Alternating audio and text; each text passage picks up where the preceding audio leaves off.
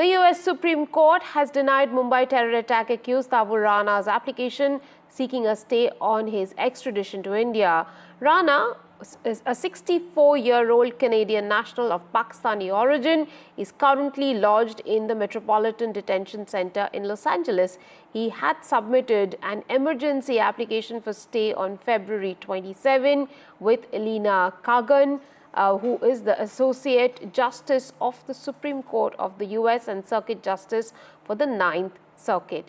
Earlier last month, Kagan had denied the application. Rana had then renewed his emergency application for stay and requested that his application be directed to Chief Justice Roberts.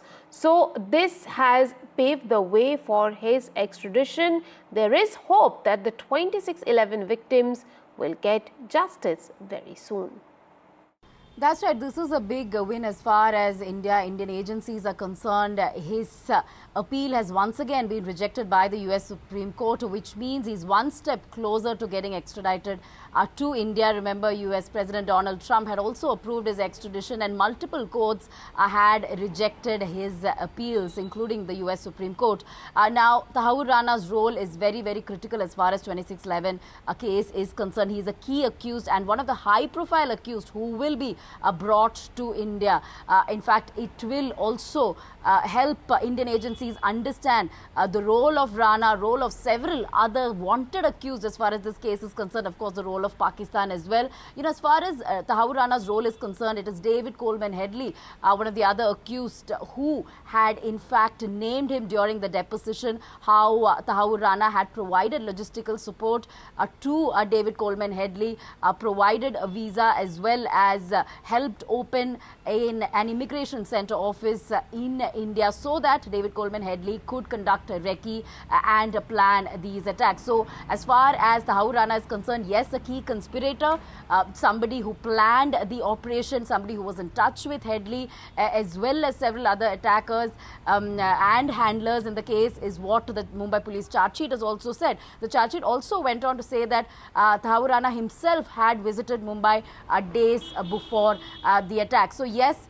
it is, you know, in a sense, will bring some sort of closure and justice to victims of 2611, and also help understand and unearth deeper terror network as far as several terror organizations within Pakistan are concerned. So yes, big win for Indian agencies.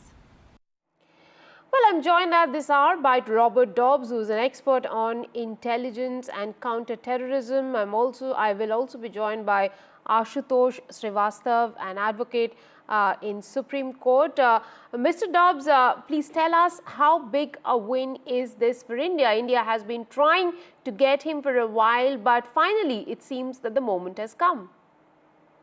Well, I think it's a huge change in events for India. I can remember just over a month ago telling your news programs that you know, this was going to be likely the outcome, and Donald Trump, you know, President Donald Trump, reiterated his support to Prime Minister Modi, that he would, you know, do everything he could to ensure justice was served in this case, and that Rana would be returned to India to face, you know, the hand of justice in India.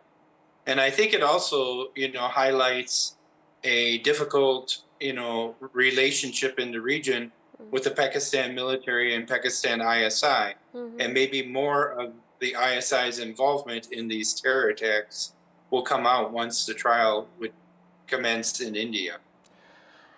I think the people in India would like to know what will be the process from now on, and how long it might take for Tahawwur Rana to actually be extradited and be brought to India.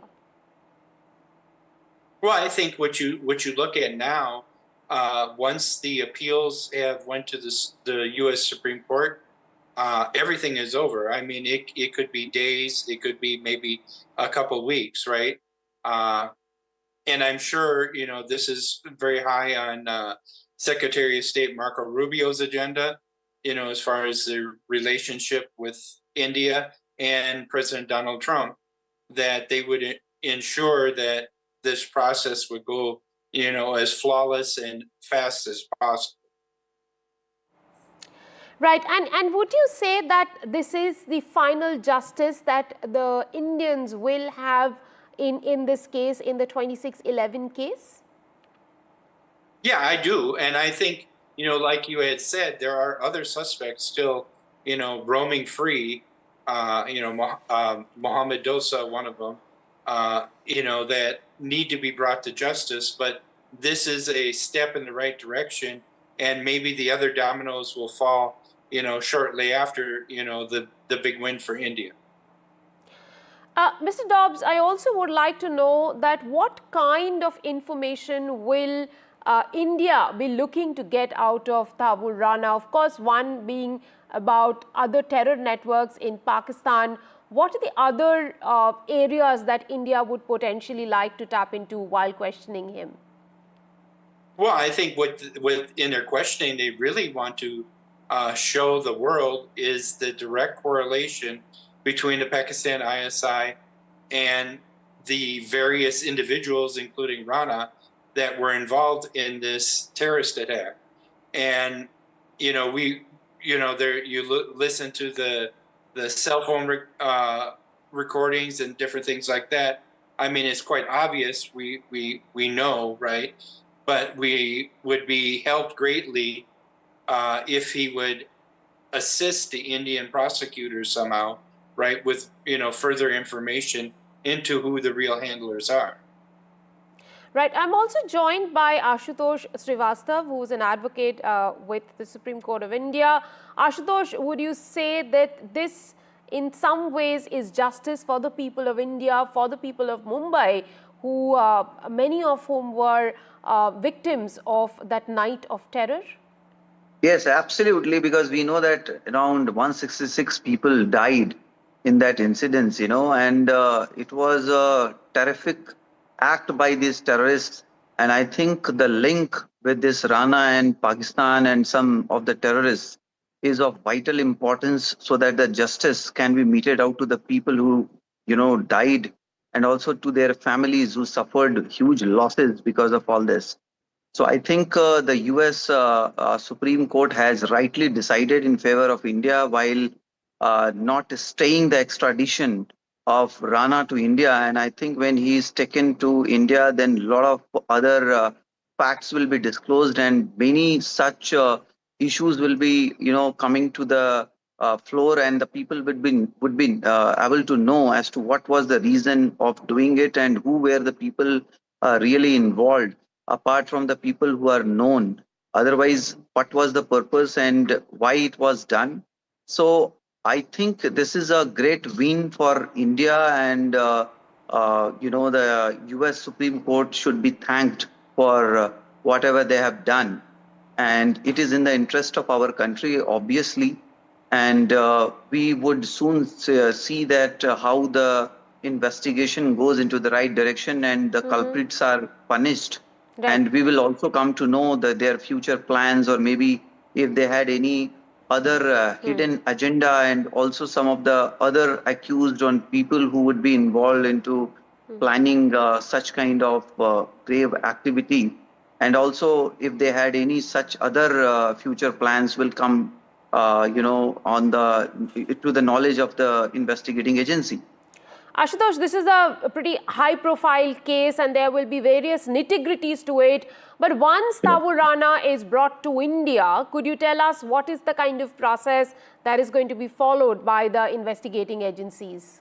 He will have to take part into the trial, and whatever allegations have been made against him, and the documents or whatever evidences have been collected against him, he will have to cooperate in the entire process of trial. And if he is proved guilty, he will have to face the consequences of being punished as per the laws of India.